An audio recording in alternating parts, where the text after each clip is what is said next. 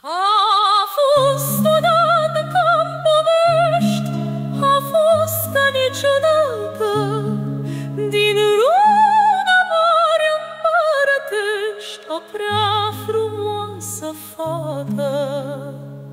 Și era una la părinți și mândră-n toate cele, cum e fecioara între sfinți și luna între stele.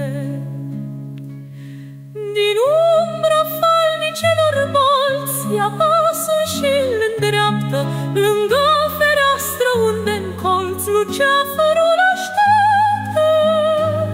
Privea în zare cum pe măr răsare și străluce pe mișcătoarele cărări corăbii negre duce. Îl vedea zelvide din astfel dorința-i viața, el iar privind de săptămâni ca de dragă fata. Cum ea pe coate-și răzima visând aree tâmple, de dorul lui și inima și sufletul-i se umple.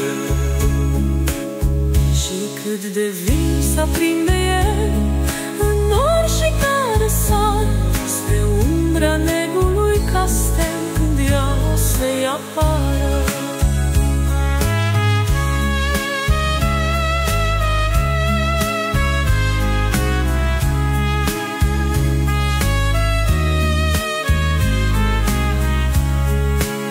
Și pas cu pas pe urma ei alunecă nodaie, țesând cu recile-i scântei ombreajă de văpaie. Și când în pat se întinde de copii lasă să culce, îi atinge mâinile pe piept, închide geana dulce. Și din oglindă luminiși pe trupul se revarsă, pe ochii mari bătând închiși, pe fața ei întoarsă. Ea îl priva cu un surâs, el tremura în oglindă, căci o urmă adânc în vis de suflet să se prindă.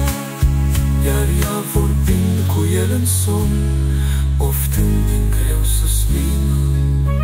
O dulcea nopții mele dor, de ce cobori în jos, luceafăr blând, alunecând pe rază, pătrund în casă și-n cânt și viața luminează. El asculta tremurător, se aprindea mai tare și s-aruncă fulgerător, s-a cufundat în mare.